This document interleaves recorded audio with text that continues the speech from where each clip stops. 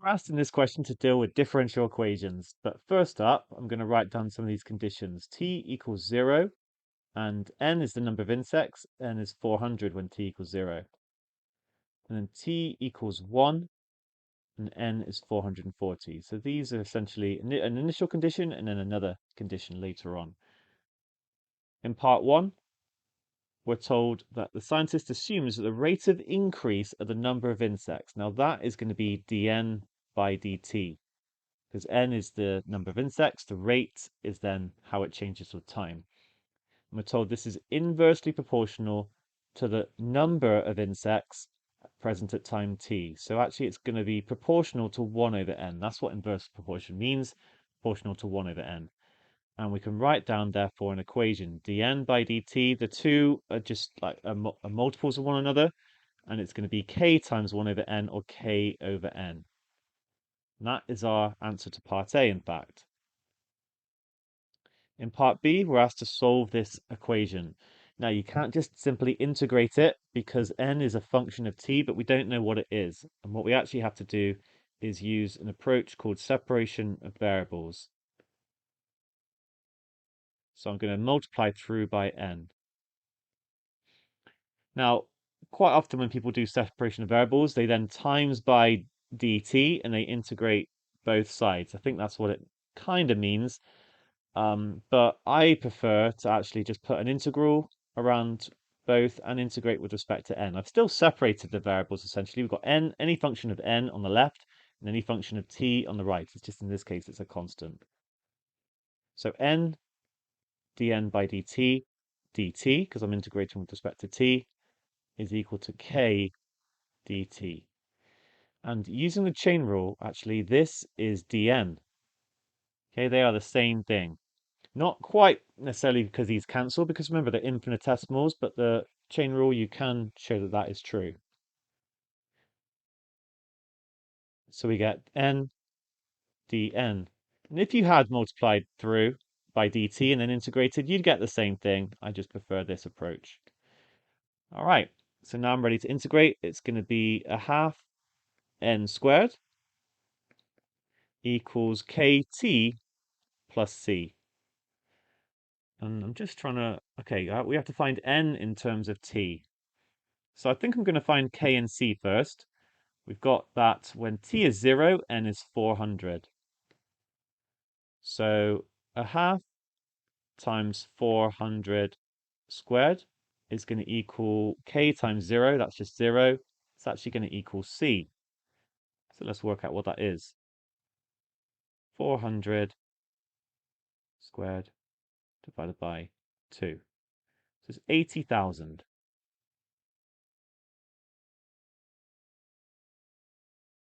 And then we've got a half times 440 squared is equal, this is when t is 1, is going to equal k plus our newly found 80,000.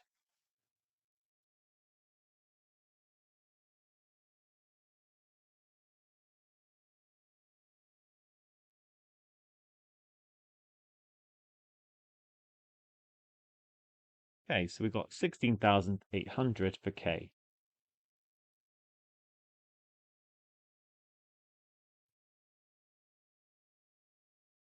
So I'm just going to put it back in. A half n squared is therefore 16,800 t plus 80,000. So double it, I'm going to get 33,600 t plus, this is going to be 160,000.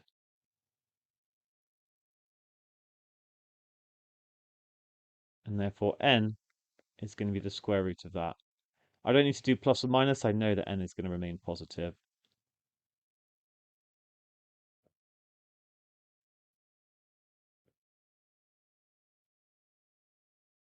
Okay.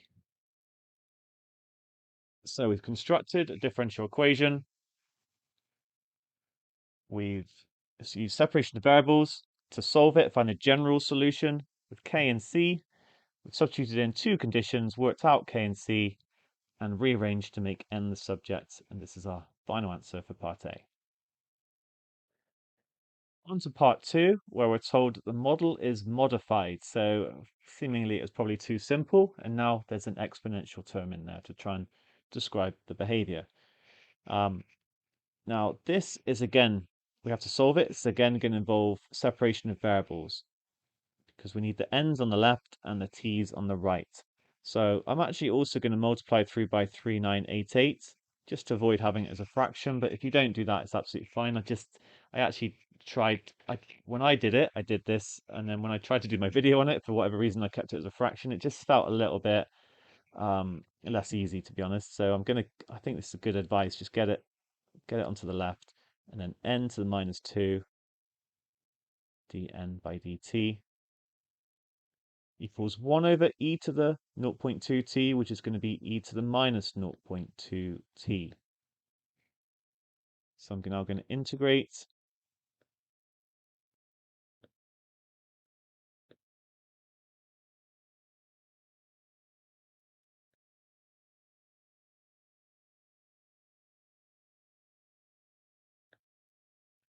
And as before, this is actually going to become dn. We're going to be integrating with respect to dn, with respect to n.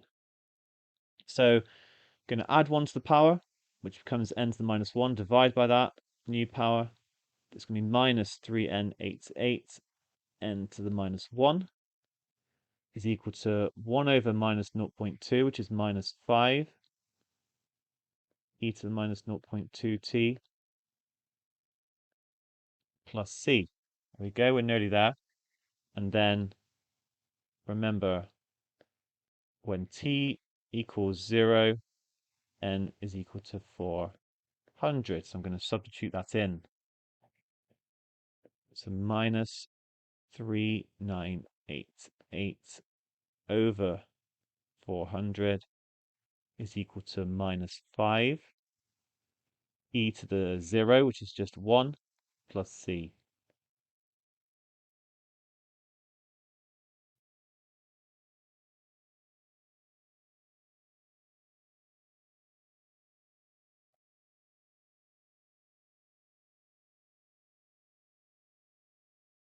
Can we get minus 4.97?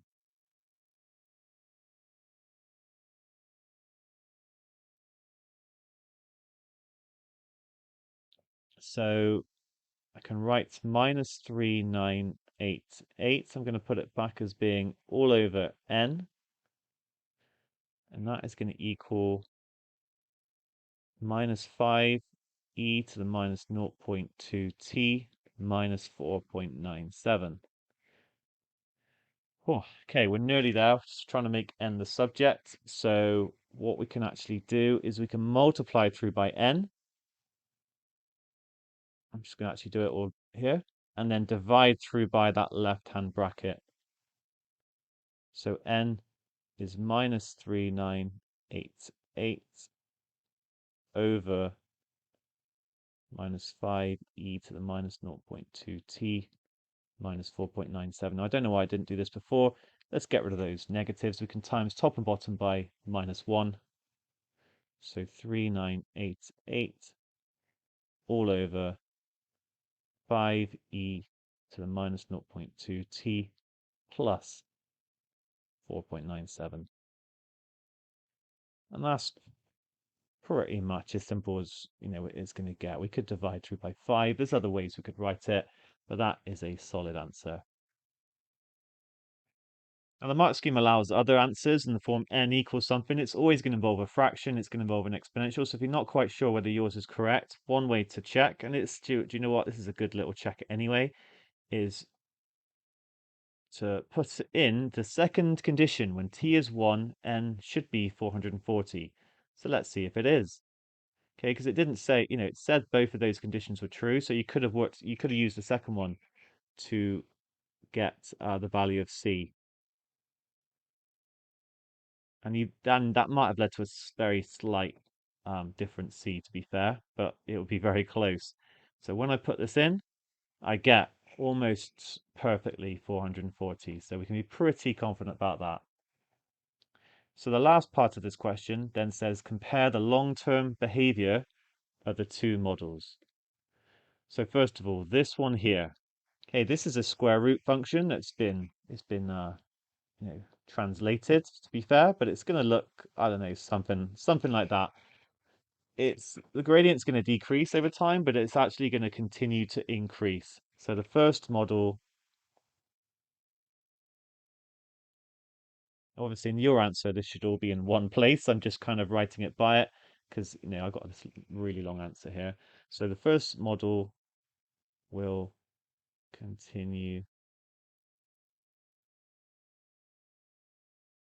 to increase um, over time.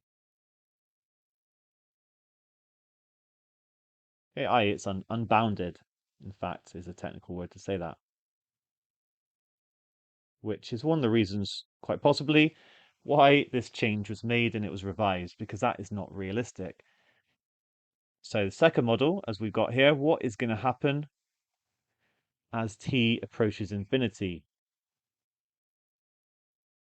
I could have said t approaches infinity for the first one, to be fair. I just saw that it was a square root function. So as t approaches infinity here, and maybe I'll write it actually.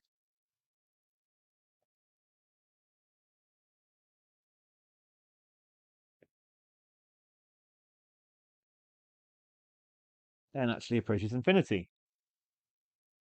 Okay, but you don't have to write that, and you don't have to write it here, but I think it's quite good to do so. N will actually approach 3,988 all over. Now, as t approaches infinity, this term will disappear because it's a negative exponential, e to the power of a minus of a very large number. Remember, your exponential curve, e to the minus, looks like that. So we're going to get 3988 over 4.97. So let's work out what that is.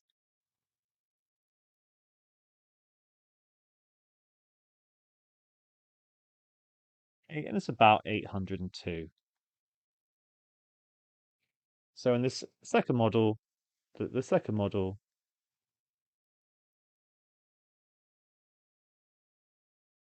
population, I'm probably writing more than I need to, tends to 802 in the long term.